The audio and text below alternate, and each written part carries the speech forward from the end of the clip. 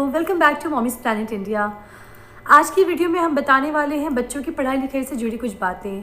आपके बच्चे भी 3 साल के हैं, 4 साल के हैं, 5 साल के, और आपको लगता है कि लॉकडाउन की वजह से उनकी जो नॉलेज है वो बिल्कुल ही श्रिंक करती जा रही है। बहुत कुछ वो जानते नहीं है जिसे उन्हें जानना चाहिए, बहुत ज़्यादा इंटरेस्ट नहीं लेते हैं, बहुत बोर भी होते हैं। ऑनलाइन क्लासेस तो होती है लेकिन वो उतना इंटरेस्ट नहीं दिखाते हैं। तो समझ में नहीं आता कि वी एज ए पेरेंट हम बच्चे को क्या सिखाएं, कैसे सिखाएं, और ताकि उनका जो ओवरऑल डेवलपमेंट है, उनकी जो सोचने की क्षमता है, समझने की क्षमता है, वो काफ़ी अच्छा विकास कर पाए। तो आज का वीडियो इसी के बारे में है। चूँकि मेरी बेटी भी 3.5 साल की है, तो मैं क्या क्या एक्टिविटी उसके साथ करती हूँ, क्या क्या चीज़ें मैं उसको बताती हूँ जिसकी वजह से ओवरऑल डेवलपमेंट बेबी का काफ़ी अच्छा हो रहा है। देखिए, सबसे पहले हमें ये समझना होगा कि बच्चे का रूटीन हम सेट करें। जैसे पहले स्कूल रहता था, प्री स्कूल रहता था, तो क्या था, बच्चे मॉर्निंग में रेडी हो जाते थे, स्कूल जाते थे, आते थे, लंच करते थे, एक रूटीन सेट था उनके पढ़ने का, उठने का, बैठने का। लेकिन अभी ये थोड़ा सा डिस्टर्ब हो गया है, तो यहाँ पे मैं सजेस्ट करूँगी कि बच्चे का पहले आप एक रूटीन सेट करो। कम से कम 1 से 1.5 घंटा उनको मॉर्निंग में और 1 से 1.5 घंटा आप उनको इवनिंग में बिठाना शुरू करो। बच्चों की अभी बैठने की हैबिट डेवलप होनी बहुत ज़रूरी है, जो बिल्कुल ही छूट गई है। तो अभी सबसे ज़रूरी है कि बच्चों को आप मॉर्निंग और इवनिंग में एक रूटीन मिला दीजिए कि 1 से 1.5 घंटा बैठना है आपको मेरे साथ, मैं आज कुछ चीज़ें बताऊँगी, आपको सीखना है, फिर इवनिंग में ऐसा करना है। तो पहले बैठने की हैबिट डेवलप होगी, फिर धीरे धीरे उनकी लर्निंग की तरफ अट्रैक्शन बढ़ेगा। तो आज की वीडियो में मैं 12 ओरल एक्टिविटी बताऊंगी आपको, जो 3 साल के बच्चे, 4 साल के बच्चे, 5 साल के बच्चों के साथ आप दिन भर बोल बोल के कर सकते हैं, उन्हें सिखा सकते हैं, ताकि उनका जो ओवरऑल डेवलपमेंट हो, सिर्फ बुकिश नहीं, उनके इन्वायरमेंट की नॉलेज, उनके नेशन की नॉलेज, साइंस की नॉलेज, सब कुछ ओवरऑल डेवलप हो। तो इसके बारे में आज का वीडियो है। सबसे पहली जो एक्टिविटी मैं बताऊंगी 3 साल के बच्चे के लिए, 4 साल के बच्चे के लिए, वो ये कि बच्चे अब क्या 3 साल के हैं, 4 साल के, तो अल्फ़ाबेट पहचानते हैं, वर्णमाला पहचानते हैं, इसके अलावा वो नंबर्स पहचानते हैं। लेकिन जब आप उन्हें सिंक में पूरा बोलते हैं तो कभी कभी वो नहीं बोल पाते हैं। नंबर्स भी वो 1 to 10 बोलते हैं, उसके आगे बहुत अच्छा नहीं बोल पाते हैं। तो यहाँ हमें शुरुआत करना है प्रैक्टिस के साथ। जी हाँ, जब भी आप उनको मॉर्निंग या इवनिंग में बिठाना शुरू कीजिए, एक बार उनसे अल्फ़ाबेट ज़रूर पूछिए, upper case letter, lower case letter पहचान भी ज़रूर करवाइए। इसके बाद जो वर्णमाला की जो अक्षर है, आ ई ये पूरा उनसे आप रिवाइज़ करवाइए, क ख ग, ये सारी चीज़ें रिवाइज़ करवाइए। और जो नंबर्स हैं वो धीरे धीरे करके बढ़ाइए। जैसे अभी 1 to 10 वो जानते हैं, आप एक दिन उनको 10 से 20 बताओ, फिर 20 to 30 बताओ। तो ऐसे करते स्टेप बाय स्टेप उनको आप 100 तक इस तरह से काउंटिंग सिखाएं। तो सबसे पहली चीज़ आप ये करेंगे ताकि बच्चे को लगेगा चलो कुछ ईजी बता रही है जो मुझे पता है, तो उसका इंटरेस्ट आएगा। तो ये एज अ रूटीन आपको, जैसे प्रेयर होता था ना असेंबली में, तो उस तरह से आप ये चीज़ें डेली करवाएं। साथ में आप बीच बीच में मिक्स कर दे, पोएम्स कुछ सुनाने लगे, कुछ बच्चों के साथ मस्ती करने लगे, तो ये चीज़ें आप डेली करें। दूसरी चीज़, अब क्या बच्चे 3 साल के हो गए तो उनको आप डेज़ ऑफ वीक याद करवाइए। जी हाँ, डेज़ ऑफ वीक याद करवाने के लिए आप कोई प्रॉप्स का सहारा ले सकते हैं। आप कुछ भी एक्टिविटी के साथ सिखाएं। कभी भी ये नहीं कि बैठ के बुक लेके बैठ गए, मंडे, ट्यूसडे, वेडनेसडे, बिल्कुल भी बच्चा याद नहीं करेगा, कोई इंटरेस्ट ही नहीं आएगा। इसीलिए कुछ प्रॉप्स का इस्तेमाल करें। जैसे मैं क्या करती थी, मेरे घर में एक मैट है, वहाँ पे स्क्वायर शेप बना हुआ है, तो मैं एक बार एक स्क्वायर में जंप करके बोलती थी मंडे, फिर दूसरे स्क्वायर में मैं जंप करके बोलती थी ट्यूसडे। तो आशी भी उसको फॉलो करती थी। तो ऐसा करते करते उसके वीक के डेज़ याद हो गए हैं। तो आप कोई भी प्रॉप्स का इस्तेमाल कर लो, या मंडे पे 1 क्लैप, ट्यूसडे पे 2 क्लैप, इस तरह करके बच्चों को इनकरेज करके आप ये चीज़ याद करवाइए। तो अभी आप डेज़ ऑफ वीक बच्चों को ज़रूर याद करवाएं। तीसरी चीज़ ये है मंथ ऑफ द ईयर। जी हाँ, एक साल में कितने महीने होते हैं और उनके नाम बच्चों को इसी तरह से कुछ प्रॉप्स का इस्तेमाल करके आप बच्चों को याद करवाएं।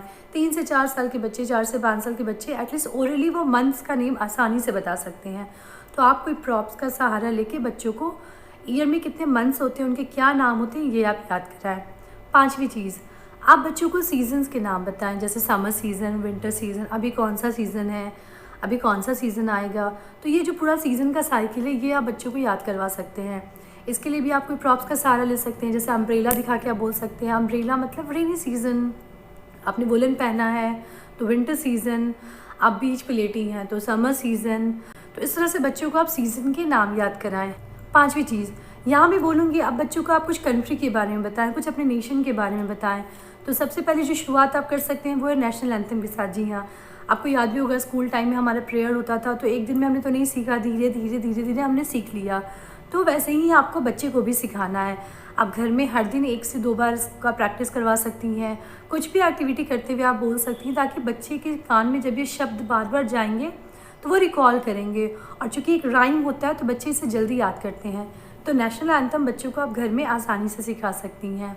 छठी चीज़ ये है, बच्चों को अवेयरनेस के लिए आप बताएंगे, क्योंकि बच्चों को सिर्फ और सिर्फ अल्फ़ाबेट ही नहीं जानना है। 4 साल के बच्चे अब हो रहे हैं तो उन्हें अपने नेशन के बारे में भी जानना है। इसके लिए आप नेशनल बर्ड कौन है, नेशनल फ्रूट क्या है हमारा, नेशनल एनिमल, नेशनल फ्लैग, इन सब चीज़ों के बारे में भी थोड़ा थोड़ा बताएं और उनसे रैंडमली पूछते रहें। कहीं भी अगर आप नेशनल फ्लैग देख रही हैं तो उसके बारे में पूछ सकती हैं। अगर आपने टाइगर देखा तो आप पूछ सकती हैं कि ये कौन है, या फिर पिकॉक देखा तो वहाँ बता सकती हैं कि ये हमारी नेशनल बर्ड है। तो ऐसा करने से क्या होगा, बच्चों को धीरे धीरे याद होने लगेगा और वो काफ़ी कंफर्टेबल हो जाएंगे। क्योंकि बुक लेके सिर्फ आप जब पढ़ाएंगे तो वो इंटरेस्ट नहीं लेंगे। इसीलिए प्रॉप्स का इस्तेमाल करके खेल खेल में आपके बच्चों को ये चीज़ें आपको सिखानी है। 7वीं चीज़ यहाँ मैं बोलूँगी, अभी चूँकि बच्चे जान गए हैं हमारे कि हमारे मम्मी पापा का नाम क्या है, हमारा घर का, ये सारी चीज़ बच्चे जान गए हैं। लेकिन अब उन्हें जानना है अपनी कंट्री के बारे में।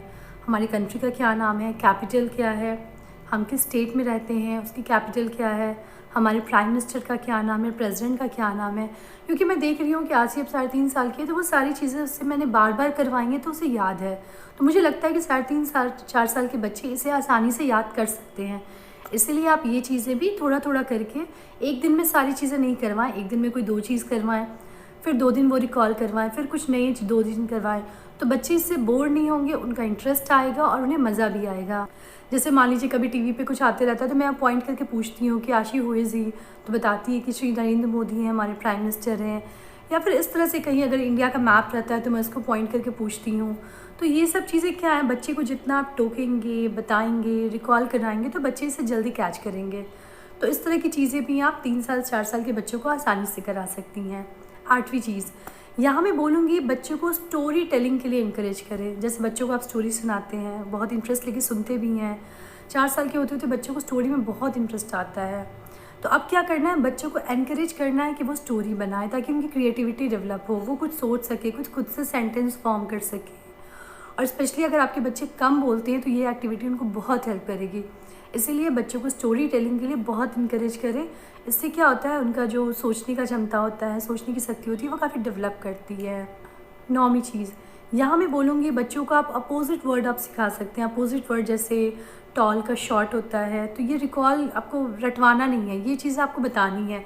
जैसे this is big and this is small, तो what is opposite, small. Big का अपोजिट क्या है, स्मॉल। जैसे अभी नाइट है तो नाइट का अपोजिट क्या होगा, डे। अभी क्या टाइम है, डे। डे का अपोजिट क्या होगा, नाइट।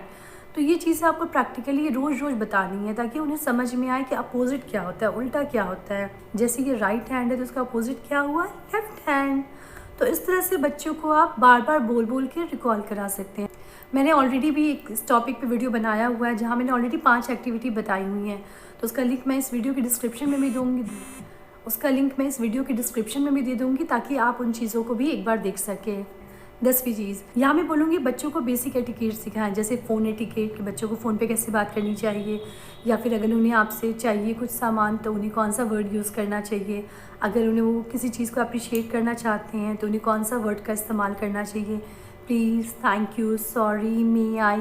तो ये सारे जो वर्ड है उनका इस्तेमाल बच्चे कैसे करेंगे और कब करेंगे, इस चीज़ के लिए हमेशा बच्चों को बताते रहें, टोकते रहें। और सारी चीज़ों में आप प्रॉप्स का इस्तेमाल करें। तो प्रॉप से क्या होगा, बच्चों को बहुत ज़्यादा इंटरेस्ट आएगा, वो उस चीज़ को जल्दी कॉपी करेंगे। 11वीं चीज़ यहाँ मैं बोलूँगी, बच्चों को आप ट्रेसिंग सिखाएं। ट्रेसिंग यानी कि जो राइटिंग होती है, जैसे स्लैंट लाइन हो गया, स्ट्रेट लाइन हो गया, स्लिपिंग लाइन हो गया, इस चीज़ पे भी मैंने वीडियो बनाया हुआ है जिसका मैं डिस्क्रिप्शन दे दूँगी। तो राइटिंग भी 3 से 4 साल के बच्चे अब करने लगते हैं, तो उसके लिए स्पेशली राइटिंग की बुक आती है जिसका डिस्क्रिप्शन में मैं लिंक भी दे दूँगी। तो उस तरह की बुक्स आप मंगवाएं और बच्चों को ट्रेसिंग की हेल्प से राइटिंग सिखाना शुरू करें। 12वीं चीज़ ये है कलरिंग। जी हाँ, ये कलरिंग बहुत इंपॉर्टेंट है बिकॉज बच्चों का इससे मोटर स्किल डेवलप होता है, हैंड आई कोऑर्डिनेशन बढ़ता है और काफ़ी बैलेंसिंग डेवलप होती है। मुझे याद है कि आशी जब 2 साल की थी तब से मैंने उसे कलर्स दिया हुआ है, अब वो काफ़ी कुछ कलर्स एक्सप्लोर करती है।